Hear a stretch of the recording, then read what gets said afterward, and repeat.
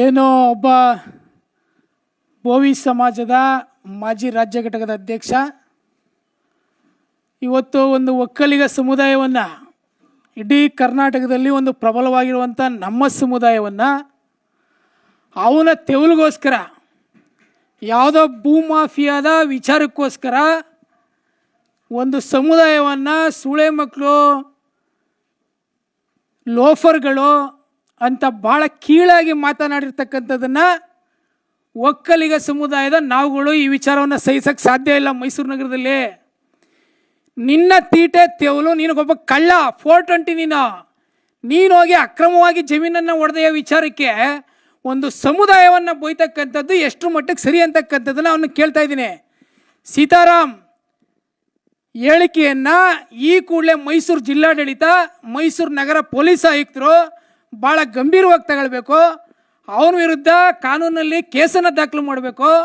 ಮೈಸೂರಿಂದ ಅವನ್ನ ಗಡೀಪಾರು ಮಾಡಬೇಕು ಅಂತ ತಮ್ಮ ಮಾಧ್ಯಮದ ಮೂಲಕ ಒತ್ತಾಯನ ಮಾಡ್ತಾ ಇದ್ದೀನಿ. ನಮ್ಮ ಸಮುದಾಯದ ಬಗ್ಗೆ ಮಾತಾಡೋದಕ್ಕೆ ನಿನಗೆ ಯಾವ ನೈತಿಕತೆ ಇದೆ? ಗೌಡ್ರು ಸುಳೆ ಮಕ್ಕಳು ಅಂತಕ್ಕಂಥ ಪದವನ್ನು ಬಳಸೋದಕ್ಕೆ ನೀನು ಸ್ಪಷ್ಟೀಕರಣ ಕೊಡಬೇಕು. ಈಗ ನಿನ್ನ ಮನೆ ಹತ್ರ ಬಂದು ಸ್ಪಷ್ಟೀಕರಣ ಕೇಳಬೇಕು ಅಂತ ನಾವು ಮುಖಂಡರುಗಳೆಲ್ಲ ಮಾತುಕತೆಗೆ ಅಂತ ರೆಡಿ ಇದ್ವಿ. ಆದರೆ ನಿಂತರ ವ್ಯಕ್ತಿತ್ವ ನಮ್ಮ ಸಮುದಾಯದಲ್ಲಿ ಇಲ್ಲ. ನಿನ್ನ ಸ್ಪಷ್ಟೀಕರಣವನ್ನು ನಾಳೆ ಬೆಳಿಗ್ಗೆ ಕೊಡೋವರೆಗೆ ನಾವು ಕಾಯ್ತೀವಿ. ಇಲ್ಲ ಅಂತ ಅಂದರೆ ನಿನ್ನ ಮನೆಗೆ ಮುತ್ತಿಗೆ ಹಾಕಬೇಕಾಗುತ್ತೆ ಅಂತಕ್ಕಂಥದ್ದನ್ನು ತಮ್ಮ ಮಾಧ್ಯಮದ ಮೂಲಕ ಎಚ್ಚರಿಕೆಯನ್ನು ಕೊಡ್ತಾ ಇದ್ದೀನಿ. ನೀನು ಒಬ್ಬ ಆಂಧ್ರವಾಡಿ, ಪಕ್ಕದ ರಾಜ್ಯದಿಂದ ನಮ್ಮ ಕರ್ನಾಟಕಕ್ಕೆ ಕೆಂಪೇಗೌಡರು ಕಟ್ಟಿರ್ತಕ್ಕಂಥ ಈ ಕರ್ನಾಟಕಕ್ಕೆ ವಲಸೆ ಬಂದು ನಮ್ಮ ಸಮುದಾಯವನ್ನು ಅತಿ ಕೀಳಾಗಿ ಇವತ್ತು ಮಾತನಾಡ್ತಕ್ಕಂಥದ್ದು ಭಾಳ ಖಂಡನೀಯ. ನಾಳೆ ನಮ್ಮ ಸಮುದಾಯದ ಮುಖಂಡರುಗಳು ಯಾವುದೇ ಹೋರಾಟಕ್ಕೆ ಕರೆದ್ರೆ ನಾವು ಹೆಬ್ಬಾಳು ಭಾಗದಿಂದ ತಂಡೋಪತಂಡವಾಗಿ ನಮ್ಮ ಸಮುದಾಯದ ಯುವಕರು ಬರ್ತೀವಿ. ಈ ಕೂಡಲೇ ಕ್ಷಮಾಪಣೆಯನ್ನು ಕೇಳಬೇಕು. ಅದಕ್ಕಿಂತ ಮೊದಲು ನಮ್ಮ ಮೈಸೂರು ಜಿಲ್ಲಾಡಳಿತ ಇವನ ಮೇಲೆ ಈಗ ಅದೇ ವಿಚಾರವನ್ನು ನಾವು ಅದೇ ಸಮುದಾಯದವ್ರಿಗೆ ಬೋದಿದ್ರೆ ಇಷ್ಟೊತ್ತಿಗೆ ನಮ್ಮ ಮೇಲೆ ಎಷ್ಟು ಕೇಸ್ ದಾಖಲಾಗ್ತಿತ್ತು? ಅಟ್ರಾಸಿಟಿ ಕೇಸ್ ದಾಖಲು ಮಾಡ್ತಿದ್ರು, ಮೈಸೂರನ್ನು ಬಿಡಿಸ್ತಕ್ಕಂಥ ಕೆಲಸ ಆಯ್ತಿತ್ತು. ಇವನ ಮೇಲೆ ಯಾಕೆ ಇನ್ನೂ ಕೇಸ್ ದಾಖಲು ಮಾಡಿಲ್ಲ? ಸಾಮಾಜಿಕ ಜಾಲತಾಣದಲ್ಲಿ ಇವತ್ತು ಫುಲ್ ಹರಿದಾಡ್ತಾ ಇದೆ. ನಮ್ಮ ಸಮುದಾಯದ ಜನರಿಗೆ ನೋವಾಗಿದೆ. ನಮ್ಮ ಕೆಂಪೇಗೌಡರು ಕಟ್ಟಿರ್ತಕ್ಕಂಥ ಈ ನಾಡಲ್ಲಿ ಪಕ್ಕದ ರಾಜ್ಯದಿಂದ ಅವನು ವಲಸೆ ಬಂದು ಮಾತಾಡಿರ್ತಕ್ಕಂಥದ್ದು ಅಕ್ಷಪಾರ್ಯ. ದಯಮಾಡಿ ಈ ಕೂಡಲೇ ತನ್ನ ಹೇಳಿಕೆಯನ್ನು ವಾಪಸ್ ಪಡಿಬೇಕು. ಇವನು ಆಗಲೂ ಈಗಲೂ ನಾವು ಈಗ ಅವನು ವಿಚಾರಣೆಯನ್ನು ಮಾಡ್ತಾ ಇದ್ವಿ.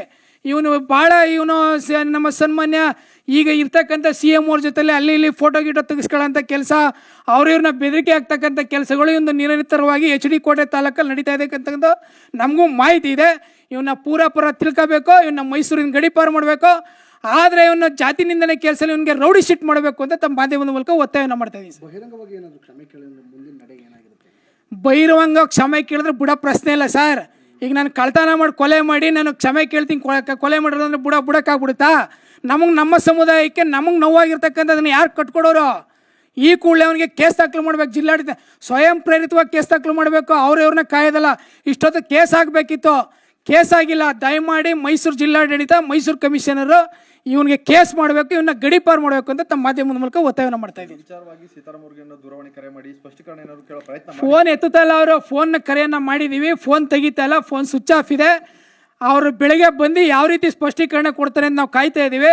ಅವ್ರು ಇದೇ ರೀತಿ ಮೊಂಡುತನವನ್ನು ಏನಾರ ಮುಂದುವರೆದೇ ಆದರೆ ಹೆಬ್ಬಾಳಿನ ಭಾಗದಲ್ಲಿ ಇರ್ತಕ್ಕಂಥ ನಾವು ಒಕ್ಕಲಿಗರು ಮುಖಂಡರೆಲ್ಲ ಅವ್ರ ಮನೆಗೆ ಮುತ್ತಿಗೆ ಹಾಕಂತ ಕೆಲಸವನ್ನು ಮಾಡ್ತೀವಿ ಅಂತ ತಮ್ಮ ಮಾಧ್ಯಮದ ಮೂಲಕ ಎಚ್ಚರಿಕೆಯನ್ನು ಕೊಡ್ತಾ ಇದ್ದೀವಿ. ಈ ವಿಚಾರವಾಗಿ ನಿಮ್ಮ ಸಮುದಾಯದ ಲೀಡರ್ಗಳೆಲ್ಲ ಚರ್ಚೆ ಮಾಡಿದ್ದೀವಿ. ಈಗಾಗಲೇ ನಮ್ಮ ಸಮುದಾಯದಲ್ಲಿ ಒಕ್ಕಲಿಗರ ಸಂಘದ ನಿರ್ದೇಶಕರುಗಳ ಜೊತೆ ನಾವು ಸದಾ ಕಾಂಟ್ಯಾಕ್ಟಲ್ಲಿ ಇದ್ದೀವಿ. ಅವ್ರು ಏನು ನಾಳೆನ ಕರೆಯನ್ನು ಕೊಡ್ತೀವಿ ಅದಕ್ಕೆ ಕೈ ಜೋಡಿಸೋಂಥ ಕೆಲಸವನ್ನು ನಾವು ಸಮುದಾಯದ ಯುವ ಮುಖಂಡರುಗಳೆಲ್ಲ ಸೇರಿ ಮಾಡ್ತೀವಿ ಮುಂದಿನ ದಿನಗಳಲ್ಲಿ ಅಂತ ಹೇಳ್ತೀವಿ ಸರ್. ನಮಸ್ಕಾರ.